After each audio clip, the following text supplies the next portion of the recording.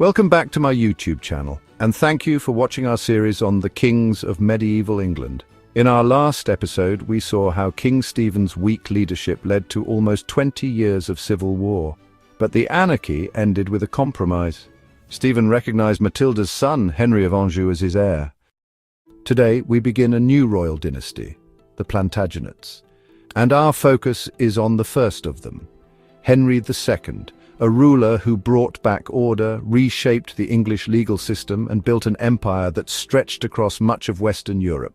Let's begin. Henry was born in 1133 in Le Mans, in the region of Anjou in France. His parents were Empress Matilda, daughter of King Henry I of England, and Geoffrey Plantagenet, Count of Anjou. Because of this, Henry had a strong claim to the English throne and inherited vast territories in France.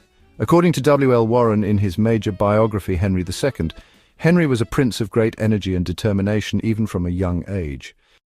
In 1152, he married Eleanor of Aquitaine, one of the most powerful women in Europe. She had previously been Queen of France, but had divorced Louis VII. By marrying her, Henry gained control of the huge duchy of Aquitaine. Now he ruled not only Normandy and Anjou, but also most of southwestern France. Henry became King of England in 1154 after the death of King Stephen. His first goal was to restore order. During Stephen's reign, barons had built castles without permission and governed their lands like mini-kingdoms. Henry ordered the demolition of these unauthorized castles and began to re-establish royal control. As historian Robert Bartlett explains, in England under the Norman and Angevin kings, Henry took active steps to rebuild the authority of the crown and make the barons obey royal justice. One of Henry's biggest reforms was in law. He wanted to create a legal system that applied to all people, not just those living on noble estates. He sent out royal judges, introduced the concept of the jury, and created what we now call the common law. This meant that decisions made in one part of the country could influence the outcome of future cases elsewhere. According to Ralph Turner in the English judiciary in the age of Glanville and Bracton, Henry laid the foundations of a centralized professional legal system. These reforms increased the king's power, but not everyone welcomed them. Henry's most famous conflict was with Thomas Becket, the Archbishop of Canterbury. Becket had once been Henry's trusted friend and chancellor, but after becoming Archbishop in 1162, he began defending the independence of the church. Henry wanted clergy to be punished in royal courts, but Becket insisted that only church courts could try priests. In 1164, Henry issued the Constitutions of Clarendon, which tried to limit the power of the church in legal matters. Becket refused to accept them and fled to France. The conflict dragged on for years. Even after a partial reconciliation, tension remained. Then, in 1170, events took a tragic turn. Becket returned to England and excommunicated bishops who had sided with the king. When Henry heard the news, he reportedly shouted in anger, "Will no one rid me of this turbulent priest?"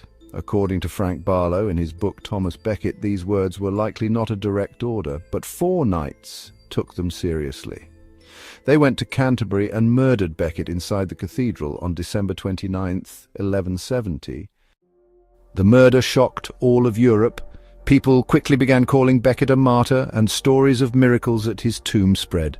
Henry faced heavy criticism. In the biography of Thomas Becket, written by Anne Duggan, it is explained that the murder was the result of miscommunication, not premeditation, but the public blamed the king. Henry was forced to perform a public act of penance in 1174. He walked barefoot through the streets of Canterbury and allowed himself to be whipped by monks. Though the act helped repair his reputation, Becket's murder would remain a stain on Henry's reign. Meanwhile, Henry's political power remained strong. His empire stretched from the Scottish border in the north to the Pyrenees in the south. This has been called the Angevin Empire, though Henry never used that term himself. John Gillingham in the Angevin Empire notes that Henry's territories were held together not by law or institutions, but by his personal control, family alliances, and military strength. But those same family ties became a source of conflict. Henry and Eleanor of Aquitaine had 8 children. Several of them would rebel against him. In 1173, Henry's sons, young Henry, Richard and Geoffrey, rose in rebellion, supported by their mother. The war lasted a year and forced Henry to crush the uprising with force. Eleanor was captured and kept under house arrest for much of the rest of Henry's life. In his final years, Henry was tired and isolated.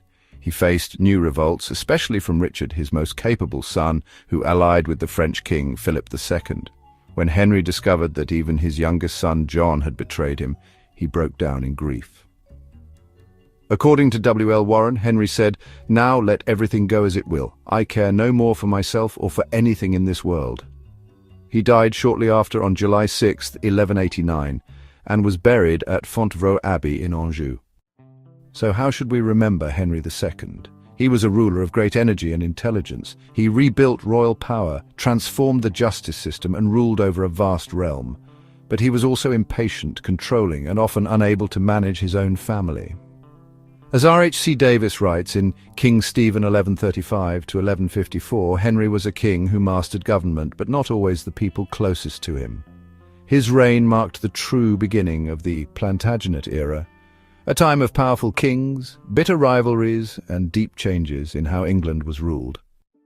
In our next episode, we'll look at the reign of his son, Richard the Lionheart, the Crusader king who spent more time fighting abroad than ruling at home. So make sure to like, subscribe, and follow for more historical video. Thanks for watching, and see you in the next episode.